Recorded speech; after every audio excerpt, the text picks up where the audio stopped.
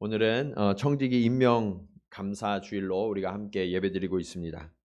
저를 포함해서 직분을 받으신 분들, 그리고 이 자리에 계신 모든 분들은 동일하게 하나님의 부름을 받은 자들이다라는 것을 우리는 알아야 합니다. 지금 직분을 받으셔서 헌신하고 계시는 분들은 지금 일꾼이고, 나머지 분들은 다음에 하나님을 섬길 일꾼들의 차이가 있을 뿐이지, 우리 모두는 하나님 앞에 부름받은 일꾼임에 틀림이 없습니다. 그래서 우리가 하나님 앞에 직분을 받는 것이 어떤 의미인지를 우리는 잘 알아야 돼요. 하나님 앞에 직분을 받는 것은 세상의 지위를 얻는 것과는 완전히 다른 이야기입니다. 세상은요, 출세하고 벼슬을 얻는 걸로 알아요. 그러나 하나님 앞에 직분을 얻는 것은 결코 출세가 아니고요, 벼슬을 따는 것도 아닙니다.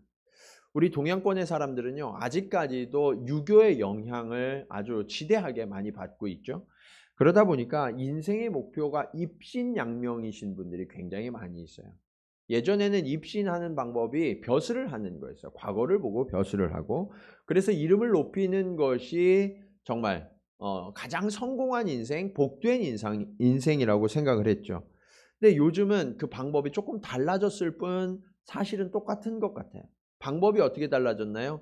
예전에는 높아지는 것이 출세하는 거였다면 요즘에는 돈을 많이 버는 것, 이것이 출세하는 것으로 좀 바뀌어 있죠. 그리고 양명하는 것은 방법이 굉장히 많아진 것 같아요. 예전에는 어떤 지위를 얻어야 됐는데 요즘에는 뭐 여러 매체들을 통해서 이름을 알리는 방법들이 굉장히 많죠. 그래서 요즘 젊은이들에게 가장 인기 있는 건 유튜버가 되는 거예요. 유튜버. 그래서 자신의 이름을 많은 사람들이 알고 구독과 좋아요 이런 거 눌러달라고 하고, 그러면서 자신의 이름을 높이는 방법들을 여전히 사용하고 있는 것을 볼 때 우리가 세상을 살아가는 방식은 정말 하나님을 믿는 사람들이라고 할지라도 여전히 세상적이다 하는 것을 우리는 알 수 있죠. 그런데 여러분, 우리가 기억해야 될 것은 뭐냐면 저와 여러분은요, 언제 어디서나 주님의 종이다라는 거예요. 가끔 대표 기도를 하시는 분들이 이렇게 기도하시다가 목회자를 위해서 기도하실 때가 있어요. 목회자를 위해서 기도하다가 이렇게 말씀하세요. 주의 종 했다가 그 뒤에 그냥 종하고 끝나기가 조금 애매하신 거예요. 그래서 자신도 모르는 사이에 님자를 붙이세요. 근데 여러분, 종은 님이 있어요, 없어요? 종은 님이 없어요. 종은 놈만 있어요. 네, 네. 그래서 여러분, 우리는 주의 종이잖아요. 주의 종이니까 종이 어떤 사람들인지에 대한 정체성을 분명히 알고 있으면 교회에서 행세를 할 수가 없어요. 네. 종이 어떻게 행세를 하고 목소리를 높여요? 목소리를 높이는 분은 주인 한 분밖에 없으세요. 나머지는 순종하고 복종하면 되는 거예요. 우리가 교회에서 섬기다 보면 우리 부서에 전통이 생겨요. 교회에 전통이 생기고, 그러다 보니까 전통에서 배우고 전임자들로부터 배운단 말이에요. 근데 여러분, 이게 잘못된 거예요. 그것으로부터 배우면 안 돼요. 어디에서 배워야 되냐?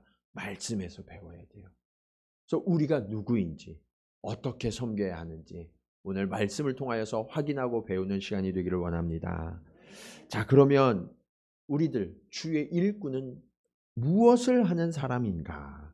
자, 첫 번째로 주님의 일꾼이 세워진 목적은 하나님의 기쁘신 뜻을 위해 섬기는 자다라는 것을 우리는 기억해야 돼요. 주님의 일꾼은요, 자기가 원하고 자기가 기뻐하는 일을 하는 사람이 아니라는 거예요. 하나님이 기뻐하시는 뜻을 깨닫고 그 뜻을 위해 섬기는 사람, 그 사람이 바로 주의 종이라는 거죠. 여러분, 교회에서 섬기는 분들에게 이렇게 여쭤보면요, 다들 이건 내 일이 아니라고 이야기해요. 하나님의 일을 내가 한다라고 이야기하죠. 근데 문제는 뭐냐면 그들이 하시는 일의 태도를 보면 그렇지 않은 경우가 굉장히 많이 있어요. 내 일처럼. 네. 내 뜻을 관철시키려고 하는 그런 태도들이 우리 가운데 종종 드러나게 되죠. 13절 말씀을 한번 보실까요? 13절에 이렇게 말씀하고 있어요. 너희 안에서 행하시는 이는 하나님이시니 자기의 기쁘신 뜻을 위하여 너희에게 소원을 두고 행하게 하시나니. 이 말씀을 많은 그리스도인들이 좋아하시는데요.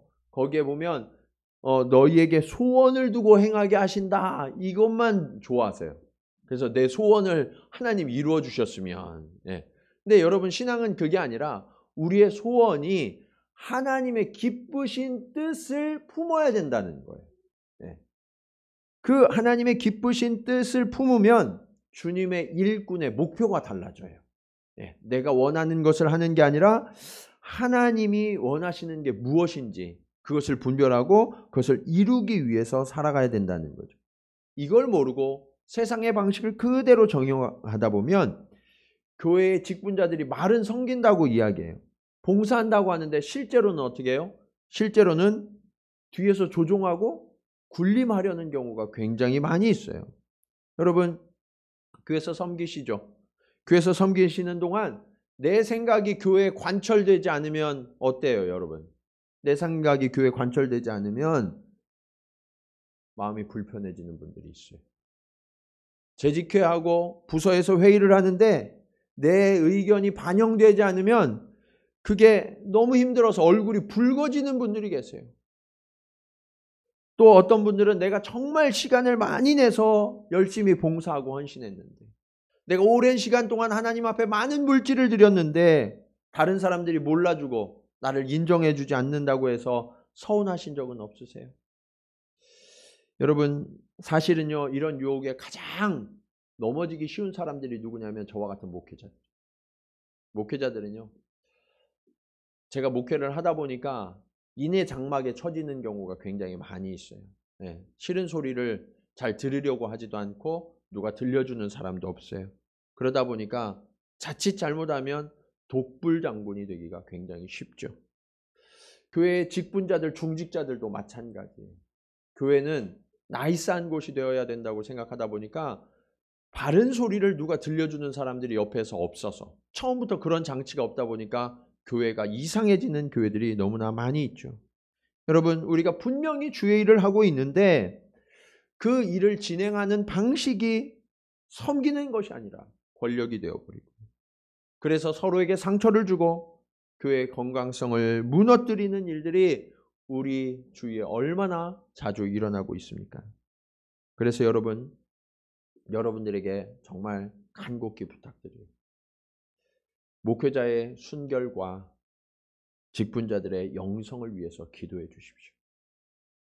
교회가 무너지는 것은 사단이 가장 기뻐하는 일입니다. 그래서 교회를 무너뜨리기 위하여서 그들이 가장 잘 사용하는 방법이 뭐냐면 목회자들과 그 가정을 무너뜨리는 일이에요. 도덕적으로 문제가 생기게 하고 경제적으로 부패하게 하고 또 목회자들끼리 서로 갈등하게 하고 그 가정에 문제가 생기게 하고 그래서 교회를 무너뜨려요. 그러면 순식간에 그 교회가 흔들려 버리고 맙니다. 또한 직분자들끼리 서로 갈등하고 다투게 해요.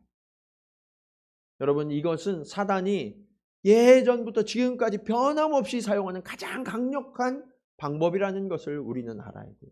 그러면 어떻게 하는가? 깨어서 기도의 진을 쳐야 돼요.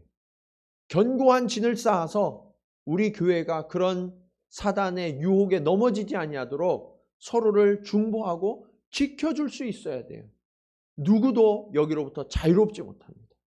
그러기에 우리가 날마다 서로를 위해 기도해주고 중보해주는 저와 여러분 되기를 간절히 축원합니다. 오늘 말씀은요, 나의 욕망을 채우기 위하여서 일하는 것이 아니라 우리 안에 거하신 하나님께서 무엇을 기뻐하시는지를 알아야 된다고 말씀하고 있어요.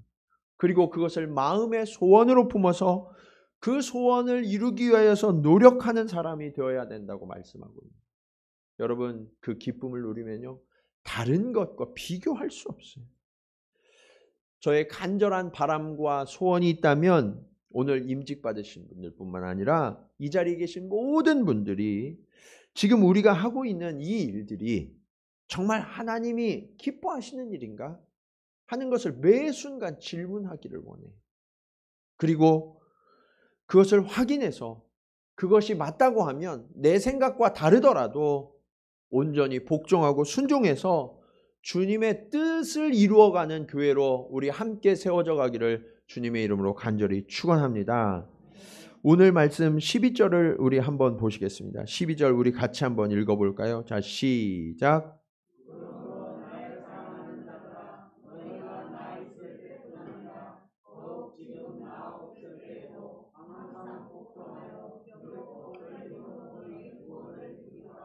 아멘. 사도 바울은요, 빌립보 교회를 향해서 지금 뭐라고 말씀하고 있냐면, 그가 있을 때나 없을 때나 변함없이 주님을 마주하고 있는 것처럼 두렵고 떨림으로 복종함으로 구원을 이루어 가라라고 명령하고 있어요. 구원은 한 번 믿으면 구원 받는 거 아닌가요? 그런데 오늘 이 구원을 이루어 가라라는 명령은 우리가 생각하는 그 구원과는 조금 다른 거예요. 그게 뭐냐면 예수님을 믿고 거듭나서 영생을 얻은 건 출생이거든요. 출생은 한 아이는 건강하다면 자라가게 되어 있어요. 근데 그 아이는 누구를 닮아서 자라가게 되어 있어요? 부모를 닮아서 자라가게 되어 있죠. 우리의 영적인 부모는 누구예요? 하나님 아버지예요. 하나님 아버지, 예수 그리스도, 그분을 닮아서 우리가 자라가야 된다는 거예요. 성숙해야 된다는 거예요. 이것을 신학적으로 뭐라고 그러냐면 성화라고 해요. 성화. 그래서 우리는요, 성화를 이루어가야 하는 지체들인 거예요. 그래서 우리를 부를 때 뭐라고 그러냐면 성도라고 불러요. 많은 이 직분자들을 부를 때 어떤 분들에게 집사님 그랬더니 어느 분이 그러시더라고요. 나 집사 아니야? 나 권사야. 네, 막 화를 막 내시더라고요. 여러분, 성도에게 가장 명예로운 이름은 성도예요. 네, 아셨어요? 네. 집사, 안수집사, 장로, 권사, 그게 좋은 게 아니라 성도가 좋은 거예요. 캐톨릭에서는 성 누구누구 이렇게 부르잖아요. 그렇죠? 그게 성도라는 얘기예요. 네. 그러니까 성도는 거룩한 무리라는 의미죠. 거룩한 무리. 그래서 교회 성도들은요, 머리 대신 주님을 마주하듯 항상 두렵고 떨림으로 복종하면서 그 말씀을 치열하게 살아내요. 그 말씀을 세상 가운데 치열하게 살아가면서 세상의 거룩이 무엇인지를 증명해내는 거죠. 내 삶을 통해서. 그때 주님이 영광 받으시는 거예요. 오늘 저와 여러분이요, 그런 연합체가 되어질 때 그 이름이 성도, 거룩한 무리가 되는 거예요.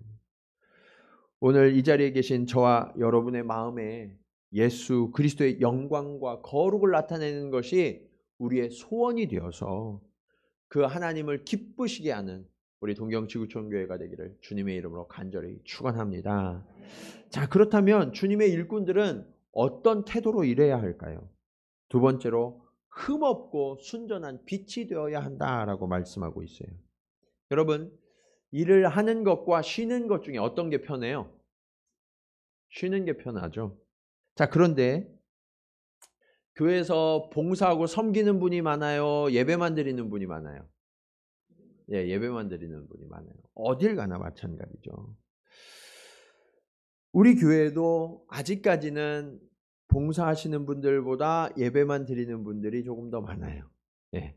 그런데 열심히 섬기다 보면 그 시간이 조금 지속되다 보면 그런 생각이 들 때가 있어요. 왜 나만 이런 고생을 해야 될까? 저 사람들은 그냥 편하게 왔다 갔다 하는데.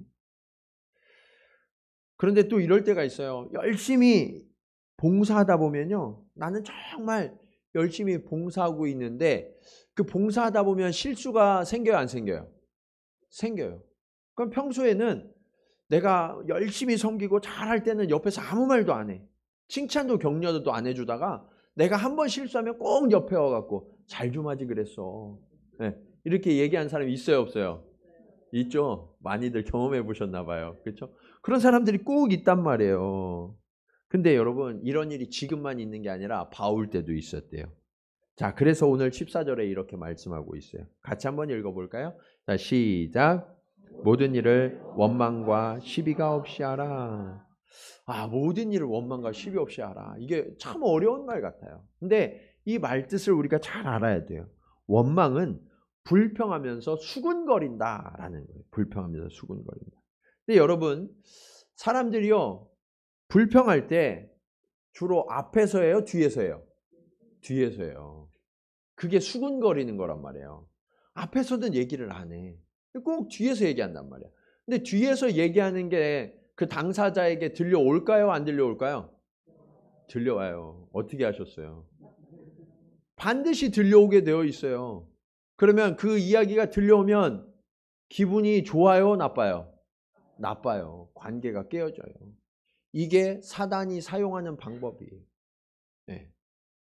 여러분, 그래서 우리는 앞에서 너그럽게 말할 수 없는 이야기는 뒤에서도 말하지 않는 게 필요해요. 네. 우리 옆에 계신 분들하고 한번 이렇게 약속해 봅시다. 불평하지 맙시다. 자, 시작. 네. 네. 앞에서 말할 수 없는 건 뒤에서 말하지 마세요. 네. 오늘 목사님이 좀 이상한 이야기 하지 않았어? 뒤에 가서 꼭 이렇게 서로 카톡하고, 예. 전화해갖고, 당신 생각은 어때? 막 그렇게 하시고. 그런 일들을 그쳐야 돼요. 이거는 누가 시키는 거냐면, 나도 모르게 지금 사단에게 조종당하고 있는 거예요. 그런 일들을 하면 안 된다고 이야기하고 계시는 거예요. 또, 시비라는 단어의 의미는 뭐냐면, 그 사람이 하는 일을 불안하게 바라보고 의심하거나 논쟁하고 다투는 것이라는 의미가 있어요. 누가 일을 할 때 불안한 거야. 네. 여러분, 처음부터 잘하는 사람이 있어요, 없어요? 없어요. 처음 누군가가 섬기기 시작하면 그게 왠지 불안해요. 네. 그러다 보면 또 실수도 해요. 네. 뒤에서 막 뒤가 뜨거워요. 막 하도 그렇게 쳐다봐가지고. 여러분, 그럴 때 내 마음에 안 들 때, 수준의 마음에 안 들 때, 그럴 때가 많다는 거예요. 그런데 교회가 커지고 성도의 수가 늘어갈수록 이런 일들은 점점 많아지거든요. 근데 여러분, 사실 섬기는 분들은 참 수고하시죠. 애를 쓰세요. 여러분, 접시는 누가 깨요? 우리 자매님들, 접시는 누가 깨요? 네. 설거지 하는 사람이 접시를 깨요. 그렇죠? 근데 설거지 안 하는 사람이 저기 뒤에 있다가 또 혀를 끌끌 차면서 그럴 줄 알았어. 하여튼 좀 잘 좀 하지. 이렇게 얘기하면 잘 이렇게 하다가 기분이 좋아요, 나빠요? 기분이 확 나빠지죠. 예. 이거 집어 던지고 싶어 막. 그렇죠? 예. 우리 교회 뭐 섬기는 분들이 참 많아요. 여기저기서 정말 보이지 않게. 그 중에서 최근 들어서 가장 힘들게 섬기는 부서가 있어요. 그게 뭐냐면 이 자막하고 영상 담당하시는 분들. 예.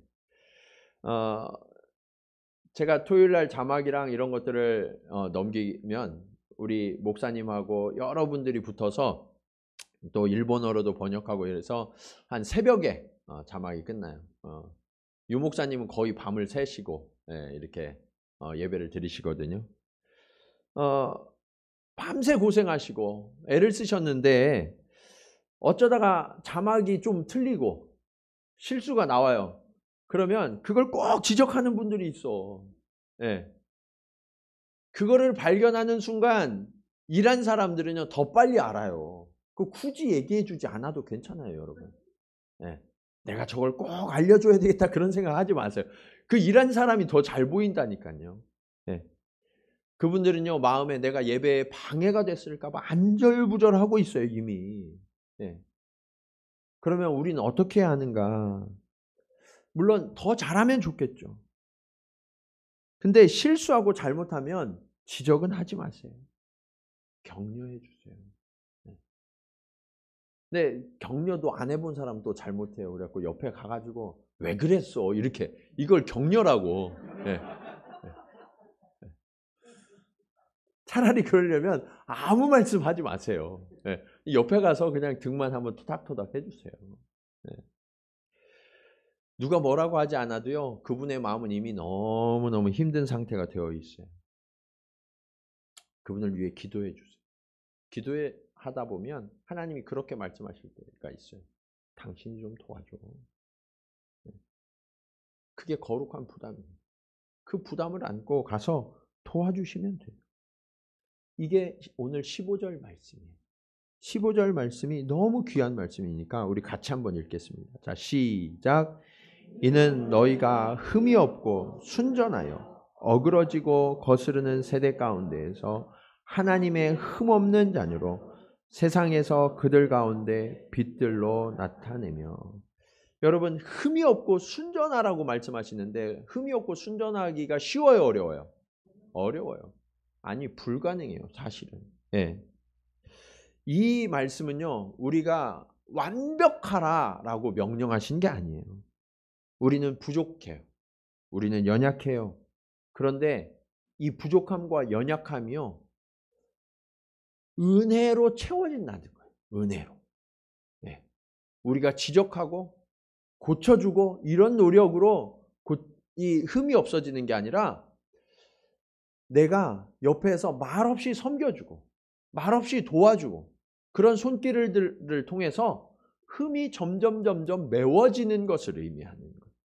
그래서 그리스도인들은요, 겸손히 연합할 줄 알아요.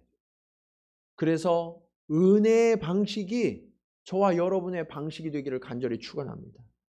우리는 연약하잖아요. 우리는 부족하잖아요. 아니, 정확하게 말씀드리면 우리는 하나님 앞에 너무나 무익한 존재들이에요. 하나도 소용이 없는 존재들이다. 그런데 이런 무익한 존재들을 나와 함께 하자고 초청해 주셨어요. 그러면 어떻게 해야 돼요? 연합해야 돼요. 서로의 부족함을 덮어주고 감싸주고 위로해주고 그래서 함께 일으켜주고, 이것이 교회가 사역하는 방식이 되어야 된다는 거예요. 세상에서 일하는 방식을 교회에 끌고 들어오지 마세요. 부족해도 괜찮아요. 좀 실수해도 괜찮아요. 하다가 안 나와도 괜찮아요. 네. 앞으로 자막 뭐가 실수하고 안 나오면 쳐다보지 마세요. 네. 뭐 주일학교에서 뭐가 좀 부족해도 격려해 주세요. 뭐가 좀 부족하면 그날 간식 사주라는 얘기예요. 네. 그런 거 해주면 돼요. 그러면 더 격려받아요. 그리고 더 잘해요. 여러분, 이것이 흠없는 자녀가 되는 방식이에요. 세상은 서로를 거스르면서 살아가지만 성도는 서로의 부족함과 연약함을 기쁨으로 채워주고 함께 일으켜주어서 하나님의 흠없는 자녀가 되어가고, 이러한 연합을 통하여서 세상의 빛이 되어 어둠을 밝힌다라고 말씀하고 계시는 거예요. 여러분, 우리는 누구나 부족해요. 누구나 실수해요. 그때마다 은혜의 원리가 그 안에서 작동되어져야 돼요. 여러분, 은혜의 원리를 꼭 기억하시기 바랍니다. 네. 옆에 계신 분들하고 한 번 더 이렇게 인사하겠습니다. 은혜로 섬깁시다. 네, 네. 꼭 은혜로 섬기세요. 네. 저는 우리 교회가요, 그렇게 서로의 연약함과 실수를 덮어주고 용납하는 따뜻한 교회가 됐으면 좋겠어요. 네. 실수하면요, 이건 기회예요. 내가 그 사람을 도와줄 수 있는 절호의 기회. 그리고 그 사람을 한번 도와주면 고맙잖아요. 우리가 끈끈하게 연결되어지는 거예요. 여러분, 그렇게 은혜가 풍성한 교회는요, 사단이 틈탈 수가 없어요. 네.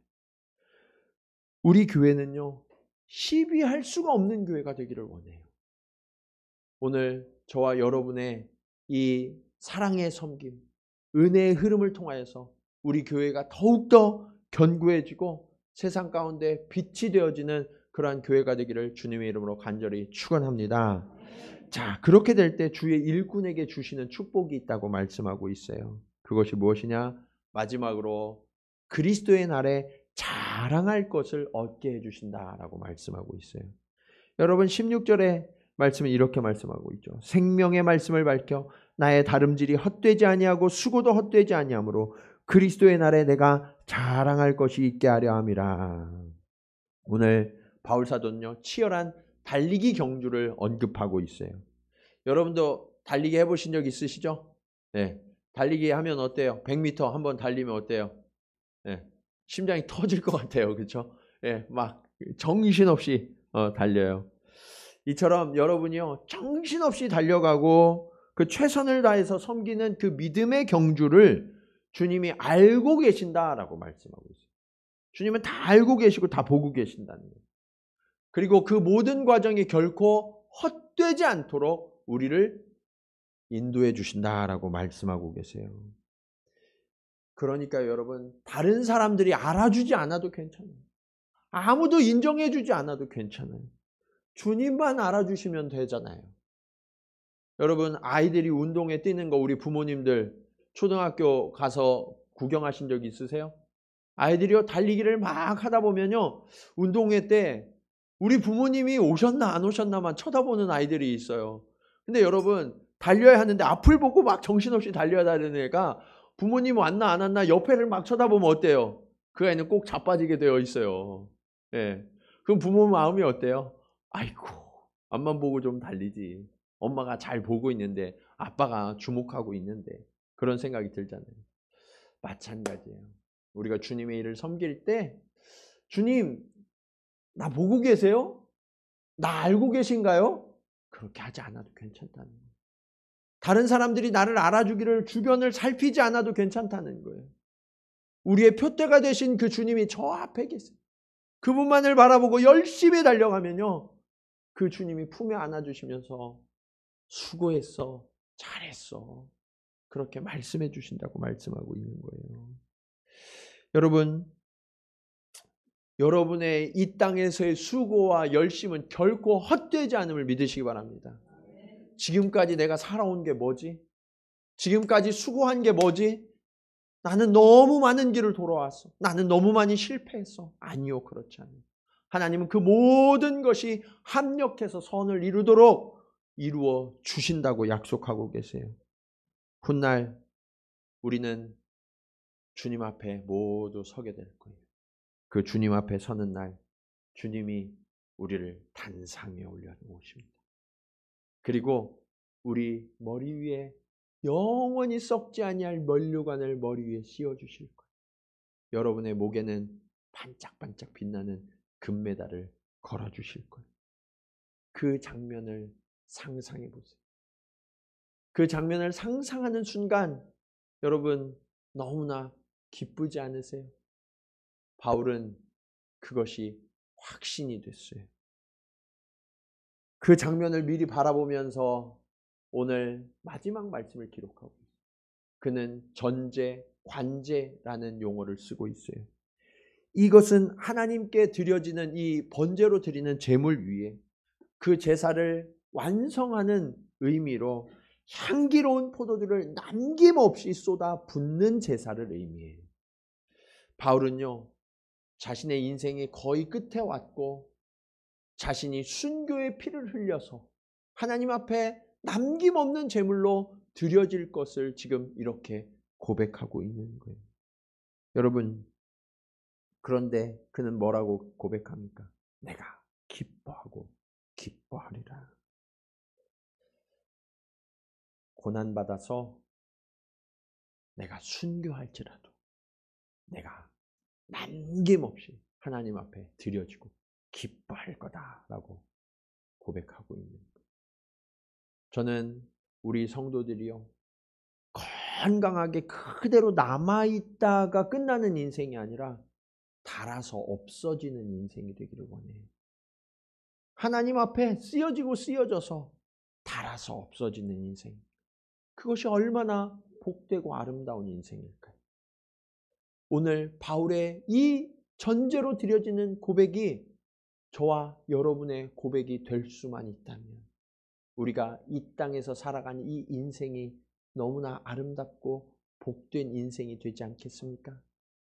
그 바울의 고백을 저와 여러분의 고백으로 우리 함께 고백하면서 오늘 말씀을 마치려고 합니다. 17절, 18절 말씀이에요. 우리 같이 여러분의 고백으로 하나님 앞에 함께 드리겠습니다. 자, 시작.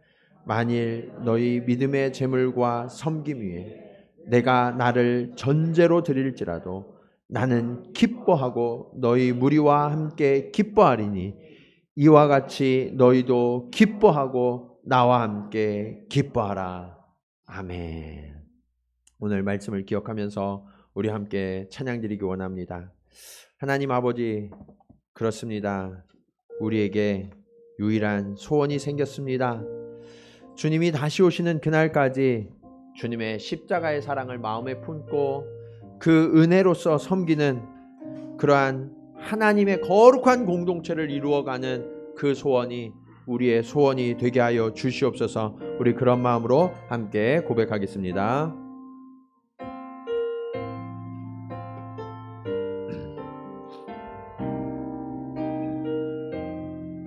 우리에겐 소원이 하나 있네. 우리에겐 소원이 하나 있네. 주님 다시 오실 그날까지 우리 가슴에 새긴 주의 십자가 사랑 나의 교회를 사랑케 하네. 주의 교회를 향한 우리 마음, 주의 교회를 향한 우리 마음, 희생과 포기와 가난과 고난, 하물며 죽음조차 우릴 막을 수 없네. 우리 교회는 이 땅의 희망, 교회를 교회되게 예배되게 우릴 사용하소서. 진정한 부흥의 날 오늘 임하도록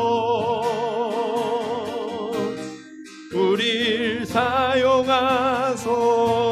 성령 안에 예배하리라. 성령 안에 예배하리라. 자유의 마음으로 사랑으로 사역하리라. 교회는 생명이니 교회를 교회되게 예배되게 우릴 사용하소서. 진정한 부흥의 날 오늘 임하도록 우릴 사용하 교회를 교회되게 교회를 교회되게 예배되게 우릴 사용하소서. 진정한 부흥의 날 오늘 임하도록 우릴 사용하소서. 그렇습니다. 진정한 교회, 진정한 성도는 하나님의 기쁘신 뜻을 알고 그것을 마음에 품고 섬기는 자들이 되어야 합니다. 주님, 우리가 주님을 섬긴다고 말해왔지만 지금까지 세상의 방식으로 나의 욕망을 이루기 위한 수단으로 교회에서 섬겨왔다면 주님, 이제는 그러한 세상의 방식, 내가 기뻐하는 익숙한 방식을 내려놓고 흠이 없고 순전한 공동체가 되기 위하여 약한 지체를 돌아보고 넘어져 있는 지체를 일으키며 함께 하나님의 교회를, 성도를 온전하게 이루어가게 하여 주시옵소서. 그리고 주님, 우리 이 믿음의 경주를 통하여서 마지막 날 그리스도의 날에 자랑할 것을 품는 그러한 하나님의 복된 자녀들, 일꾼들 되게 하여 주시옵소서. 우리 간절한 마음으로 함께 기도드리시겠습니다. 할렐루야. 아버지 하나님, 은혜를 감사합니다. 아버지 하나님, 오늘 주님 앞에 구원 얻은 것도 너무나 감사한데 우리의 이 연약함과 부족함에도 불구하고 나와 함께 하자고 당신의 위대한 사역의 자리로 우리를 초청하여 주시니 감사합니다. 아버지 하나님, 이제 내가 주님의 몸된 교회를 섬기고 하나님의 나라를 위하여 섬기는 이 방식이 세상의 방식이 아니라 하나님의 은혜의 방식이 되게 하여 주시옵소서. 그리하여서 주님, 우리의 연약함과 부족함을 협력하고 동역을 통하여서 덮게 하시고 아버지 하나님, 그 은혜가 온전히 우리를 하나 되게 하고 끈끈하게 하여서 사단이 결코 우리 공동체를 넘어뜨리지 못하도록 주님, 우리를 일으켜 주시옵소서. 우리의 섬김과 봉사가 오직 하나님을 기쁘시게 하는 일이 되기를 원합니다. 아버지 하나님, 그 은혜가 충만하여져서 이곳에 나오는 자마다 하나님을 만나는 은혜를 허락하여 주시고 이곳에 나오는 자마다 하나님의 풍성한 은혜를 경험하여서 회복되어지고 치유되어지는 역사가 나타나도록 주님, 우리 교회가 이 땅 가운데 하나님의 빛된 사명을 감당할 수 있도록, 그렇게 순전한 공동체가 될 수 있도록, 거룩한 성도의 무리가 될 수 있도록 주님 인도하여 주시옵소서. 우리를 불러주셨사오니 이 사명을 다할 때까지 아버지 하나님, 우리가 표대를 향하여 좌로나 우로나 치우치지 아니하며 달려가게 하시고 그 주님의 날에 주님이 기뻐하시면서 우리의 머리 위에 영원한 면류관을 씌워주시는 그 기쁨의 순간을 모두 다 맞이할 수 있도록 주님 축복하여 주시옵소서. 주님, 그렇습니다. 주님께서 우리를 사랑하여 주셔서 우리를 구원하여 주심도 너무나 감사한데 아버지 하나님, 이렇게 무익한 우리들을 당신의 동역자라 불러주시고 하나님의 그 놀라운 일들을 우리에게 맡겨주시니 감사합니다. 아버지 하나님, 그 기대와 설렘과 감사와 기쁨이 우리 가운데 날마다 더해져서 정말 우리가 은혜로 섬길 수 있도록 주님 인도하여 주시옵소서. 우리 형제 자매들 가운데 연약하고 때로는 힘을 잃어버린 지체가 있다면 주님, 우리가 그를 위해 무릎 꿇게 하시고 같이 울어주게 하시고 안아주게 하시고 격려하게 하시고 채워주게 하셔서 아버지 하나님, 우리 공동체는 한 사람도 그의 연약함 때문에 무너지는 자가 없도록 주님 인도하여 주시옵소서.